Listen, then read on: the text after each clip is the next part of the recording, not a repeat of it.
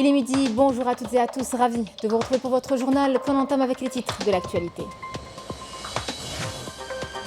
Deuxième jour de la trêve humanitaire temporaire entre la résistance palestinienne et l'entité sioniste. Une pause qui révèle l'ampleur de la catastrophe humanitaire et les destructions massives causées par les bombardements sionistes et qui a permis aux Razaouis de regagner leur maison et de découvrir ce qu'il en reste d'elles. Dans notre grand format de ce week-end, nous nous sommes intéressés aux enjeux économiques et énergétiques de la barbarie sioniste dans la bande de Gaza. Près de 2000 milliards de mètres cubes de gaz naturel ont été découverts dans la région, des atouts qui font de Gaza l'objet de toute convoitise.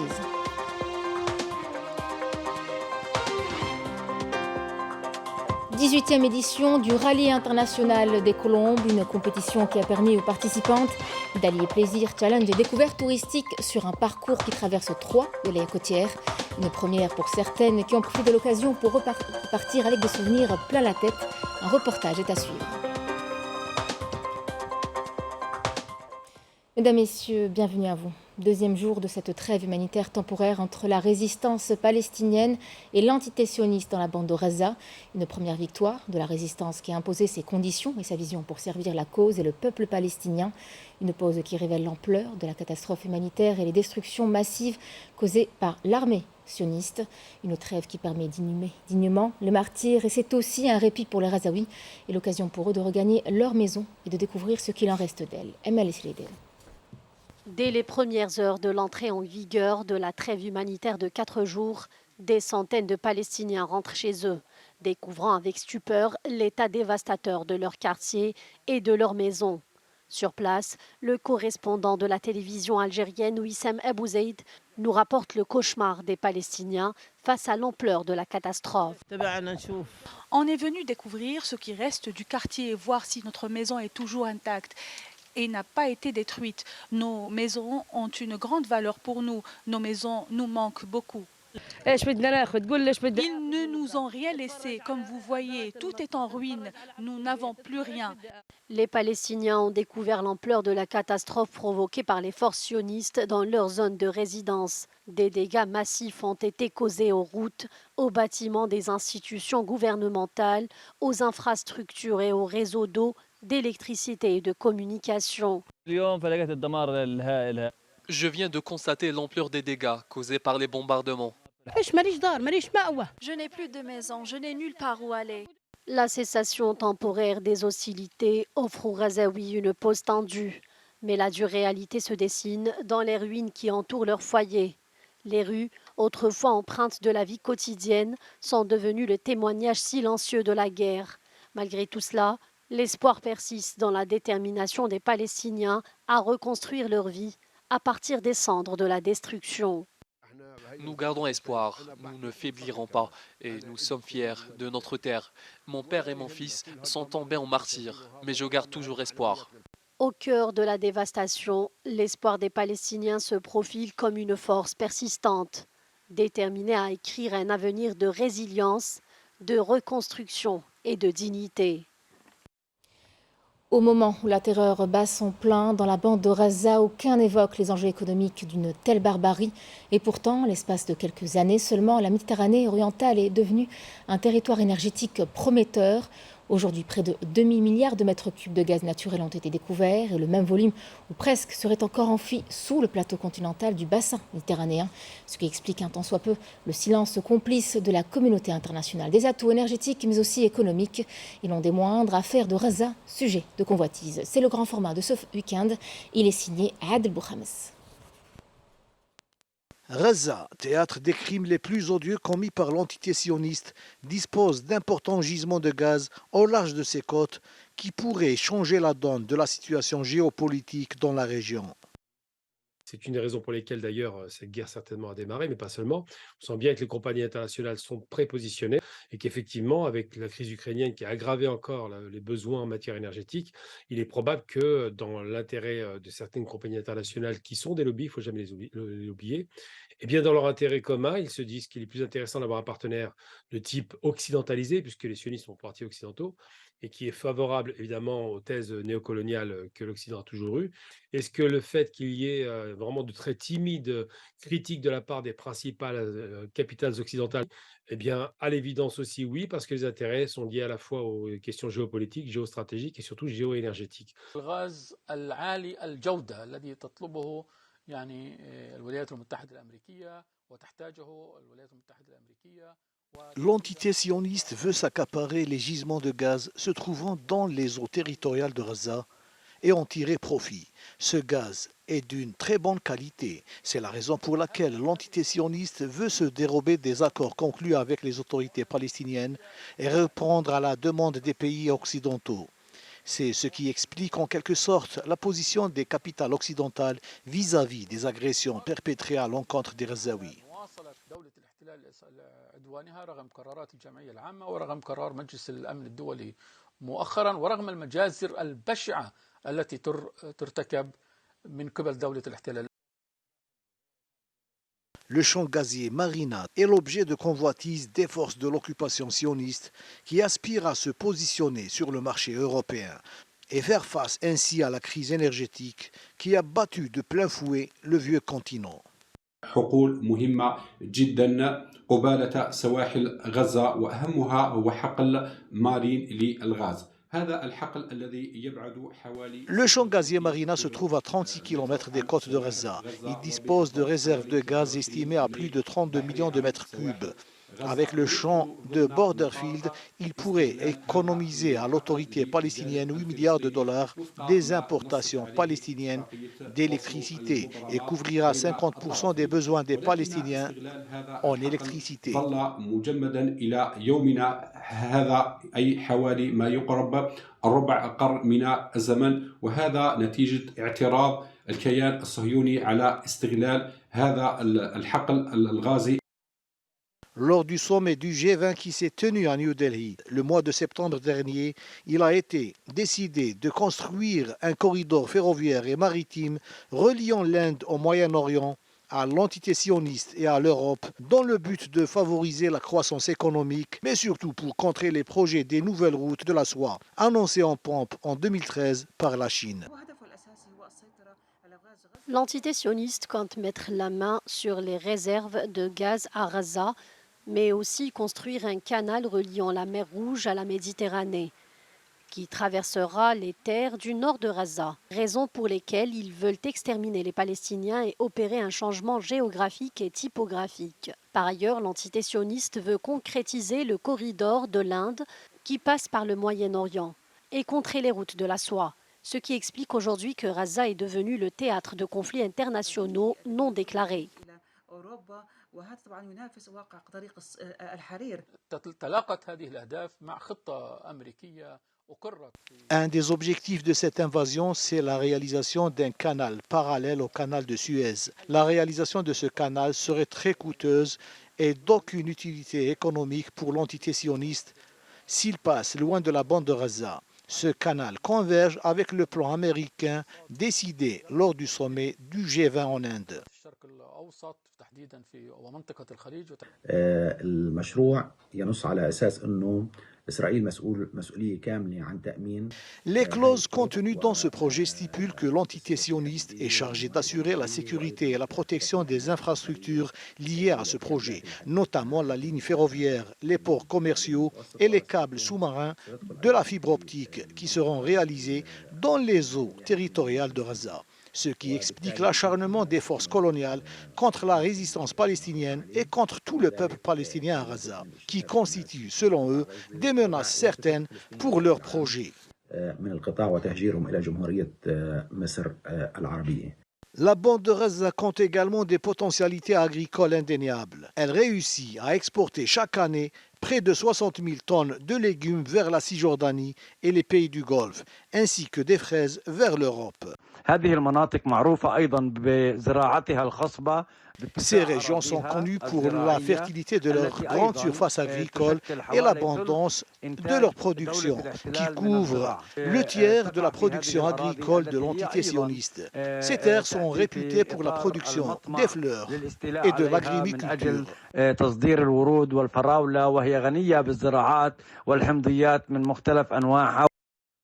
Toufan El-Aqsa est venu donc fausser les calculs machiavéliques de l'entité sioniste. Est-ce pour autant suffisant pour expliquer la barbarie sans précédent dont cette entité a fait preuve jusqu'à aujourd'hui, ou encore expliquer le silence d'un Occident qui s'est longtemps présenté dans la peau du défenseur des libertés et des droits dans le monde? La journée internationale de lutte contre les violences faites aux femmes intervient ce 25 novembre dans un contexte particulier, marqué par la guerre à Gaza, où l'entité sioniste vise intentionnellement les femmes, les privant de leurs droits les plus fondamentaux. Amel Bouarba.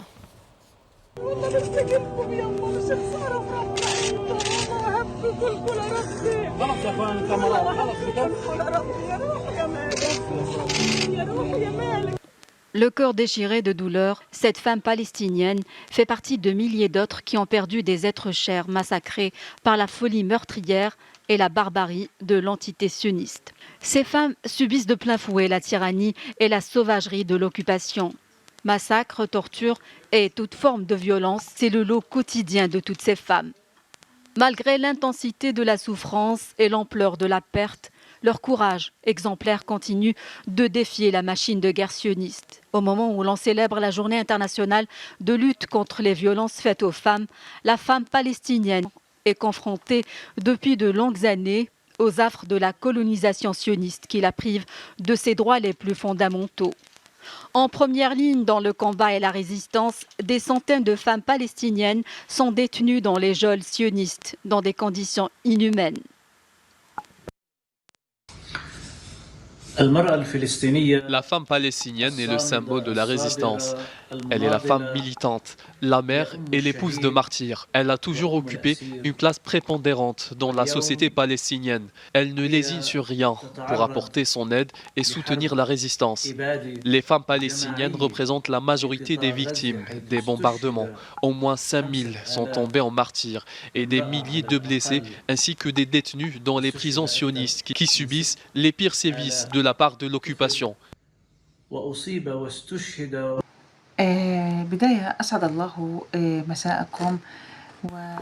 Les femmes palestiniennes, que ce soit en Cisjordanie ou à Gaza, font face quotidiennement aux violences continues de l'entité sioniste. Elles n'ont pas accès aux soins, à la nourriture, à l'eau, ni au réseau d'assainissement. Elles ne peuvent même pas accoucher dans des hôpitaux. D'autres succombent, faute de soins. La vie sous l'occupation sioniste prive les femmes palestiniennes de leurs droits humains les plus fondamentaux.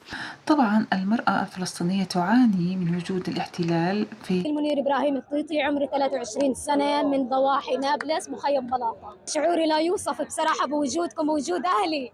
عن جد أنا كثير إلي من زمان ما شفتهم يعني حتى بالزيارات ما كانوا يسمحوا يعني لأنهم كانوا عندهم يعني أمن ومن هالشغلات فما كان يطلع لهم تصريح. Les violences perpétrées par l'entité sioniste n'ont pas eu raison de la détermination et de l'engagement de la femme palestinienne qui demeure le porte-étendard de la résistance avec un courage hors pair qui inspire et impressionne le monde entier. Les services de la protection civile ont mené plusieurs interventions lors des intempéries qui avaient touché plusieurs wilayas du pays durant les dernières 48 heures pour évacuer des familles et sauver des individus encerclés par les eaux pluviales. Les éléments de la protection civile ont réussi à trouver la dépouille d'un enfant emporté par les crues des eaux pluviales à Ain Sharshar lors d'une vaste opération de recherche entamée hier. Focus à présent sur la 18e édition du Rallye international des Colombes, une compétition qui a permis aux participants d'allier plaisir, challenge et découverte touristique sur un parcours qui traverse 3 wilayas côtières. C'est une première, en tout cas pour certaines, qui ont profité de l'occasion pour repartir avec des souvenirs plein la tête. C'est un reportage de Walid Yousfi. Regroupant une quarantaine de participantes nationales et étrangères, le rallye international des Colombes a connu pour la première fois la présence de ces pilotes de moto de la gendarmerie nationale. Une nouveauté pour cette 18e édition. Pour ce rallye de régularité, les pilotes ont dû parcourir un trajet d'environ 550 km répartis sur 3 étapes suivant leur roadbook. C'est 3 étapes, 3 grosses étapes, type championnat. Donc chaque étape, il y a des difficultés, un pointage à la fin, l'addition des points. Et au bout de la 3e manche, il y a un champion, un vice-champion et un 3e. Kilométrage, divisé par la vitesse moyenne qu'on vous donne, la direction de course, départ. La régularité, c'est ça l'important du rallye. Beaucoup de gens pensent que le rallye, c'est la vitesse. Non, c'est faux. Le rallye, c'est une vitesse moyenne qu'on doit respecter. Ce rallye a été aussi l'occasion de mélanger compétition et plaisir. Certains pilotes ont saisi cette occasion pour découvrir plusieurs régions durant leur parcours. Les criques, les rivières, la forêt des oliviers, la forêt de chênes, c'était magnifique. C'était un très beau paysage, très beau pays. Enfin, c'est pas isolé, mais il y a toujours du monde, mais il n'y a quand même pas grand monde. Ce qui fait qu'il n'y a pas le tourisme de masse, ce qui fait que le pays il a gardé sa culture, quoi. On a fait un peu de tourisme quand on est arrivé à Alger. Puis là, sur les côtes, c'était vraiment très joli, la roche, les couleurs. On a su allier course, on va dire rallye et tourisme. On a pu visiter, profiter des paysages. Super expérience. Alors, il est vrai que des fois, on était plus dans la compétition et puis d'un coup, on est émerveillé par un paysage. Là, d'un coup, on regarde ce paysage, on se dit, mais pourquoi on n'est pas venu avant ? Une ambiance qui nous laisse sur notre faim en attendant la tenue de la 19e édition du rallye international des Colombes en octobre de l'année prochaine, avec cette fois-ci un nouvel itinéraire couvrant plusieurs wilayas du côté sud-ouest du pays. En clôture, ce journal avec de l'art et ses peintures inspirant de la baie d'Alger de l'artiste Farid Bania. Réalisée avec l'exquise finesse de l'encre de Chine, elle dévoile des perspectives inédites de la capitale en passant par ses monuments et son esthétique architecturale. Ses amis artistes classent en tout cas son travail dans le répertoire historique. Ils le qualifient d'exceptionnellement raffiné. La visite guidée est signée Friel Chir. La baie d'Alger tout en couleurs. Elle a inspiré plus d'un artiste, Farid Bania, l'a dessinée à l'encre noire. Cette année, cet artiste à double vocation, architecte et plasticien, a décidé de lui rajouter de la couleur. Je reviens après le Palais de la Culture, il y a 1 an. Donc là, la baie est en couleur. Je commence par exprimer toute ma solidarité au peuple palestinien. Solidarité totale et sans condition. Un hommage aussi à mon frère Jamal. C'est un travail de longue haleine où il a fallu que je prenne des photos personnelles de la baie d'Alger avec des prises de vue diverses. Et ensuite, il a fallu poser mes calques d'architecte pour dessiner au crayon, pour dessiner à la plume, Rotring encre de Chine, qui est mon outil d'architecte. Une exposition d'œuvres de l'artiste présentant des vues inédites de la capitale à travers ses paysages et ses monuments prestigieux historiques. Plus de 120 œuvres, Djamah Ketchawa, le boulevard Zéro Youssef, la rue Larbi Ben Mehdi, la Casbah d'Alger, classée au patrimoine mondial de l'UNESCO. Un voyage visuel de la perle au cœur de la Méditerranée. Une exposition qui a attiré les amis fidèles de l'artiste, tout comme les curieux et les amoureux de la capitale. Ça a été son amour pour Alger et qu'il illustre parfaitement dans un raffinement exceptionnel et un travail fastidieux avec des coups de plume magnifiques. Et évidemment, il traduit toute la mémoire d'Alger et le vivant d'Alger.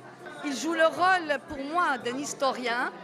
Et il parle, Benia, il a toujours peint la femme algérienne dans sa tradition, dans sa beauté. Et là, il passe, comme il vient de dire un ami à moi, d'une beauté à une autre.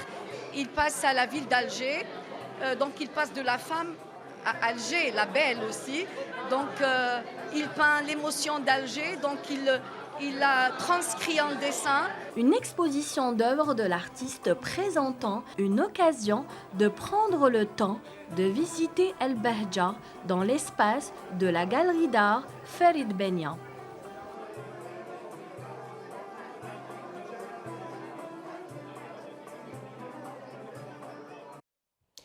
C'était le journal de la rédaction. Merci à vous de l'avoir suivi. Tout de suite, votre bulletin météorologique. L'information, vous le savez, revient ce soir à 19h avec Kemal Suik. Quant à moi, je vous dis à très vite et je vous souhaite une excellente après-midi.